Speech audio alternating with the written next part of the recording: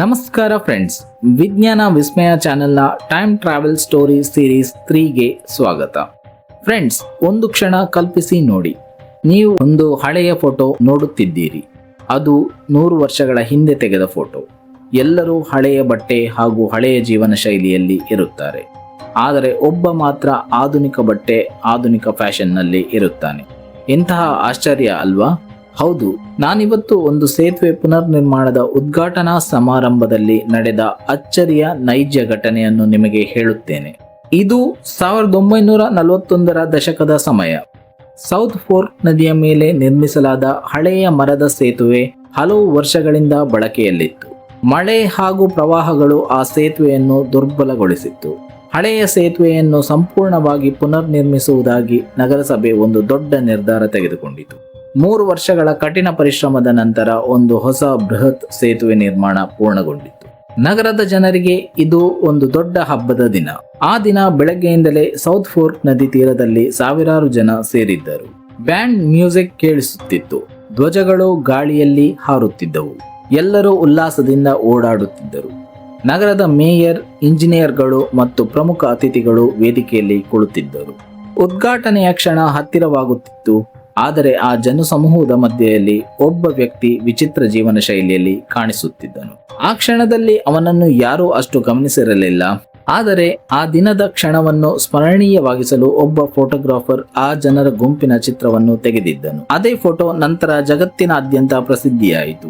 ಸುಮಾರು 2000 ಇಸವಿಯಲ್ಲಿ ಕೆಲವು ರಿಸರ್ಚರ್ಗಳಿಗೆ ಕಂಡ ಒಂದು ಅಚ್ಚರಿಯಿಂದಾಗಿ ಈ ವಿಷಯ ಬಯಲಿಗೆ ಬಂತು. ಈ ಫೋಟೋವನ್ನು ಸರಿಯಾಗಿ ಗಮನಿಸಿ. ಇದು 2000 ಇಸವಿಯಲ್ಲಿ ಬ್ರಿಟಿಷ್ನ ಕೊಲಂಬಿಯಾದ ಬಾರ್ಲೋನ್ ಪಯೋನೀರ್ ಮ್ಯೂಸಿಯಂನಲ್ಲಿ ಸಿಕ್ಕಂತಹ ಫೋಟೋ.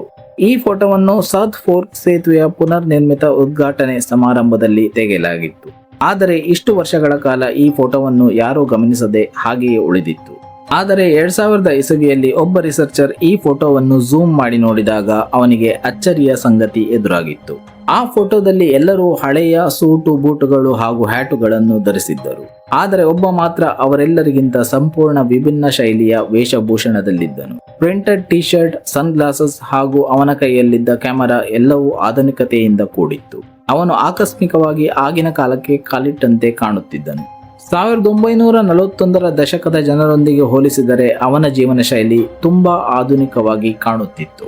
ಇಂಟರ್ನೆಟ್ನಲ್ಲಿ ಜನರು ಅವನಿಗೆ ಟೈಮ್ ಟ್ರಾವೆಲಿಂಗ್ ಹಿಪ್ಸ್ಟರ್ ಎಂದು ಹೆಸರು ಕೊಟ್ಟರು. ಆದರೆ ರಿಸರ್ಚರ್ಸ್ ಗಳಿಗೆ ಇದು ಕುತೂಹಲಕಾರಿ ವಿಷಯವಾಗಿತ್ತು. ಆದರೆ ಅವನು ಯಾರೆಂದು ಯಾರಿಗೂ ತಿಳಿದಿಲ್ಲ. ಅವನ ಹೆಸರು ಯಾರಿಗೂ ತಿಳಿದಿಲ್ಲ. ಹಾಗೆಯೇ ಅವನು ಯಾವುದೇ ದಾಖಲೆಯಲ್ಲಿ ಕಾಣಿಸಿಕೊಂಡಿಲ್ಲ.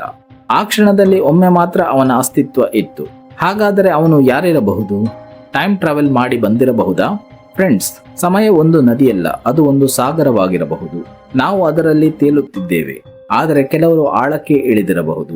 ನಿಮಗೆ ಈ ಕಥೆಯಲ್ಲಿ ಅವನು ನಿಜವಾಗಲೂ ಟೈಮ್ ಟ್ರಾವೆಲ್ ಮಾಡಿ ಬಂದಿರಬಹುದು ಅಂತ ಅನ್ನಿಸ್ತಾ ಇದೆಯಾ?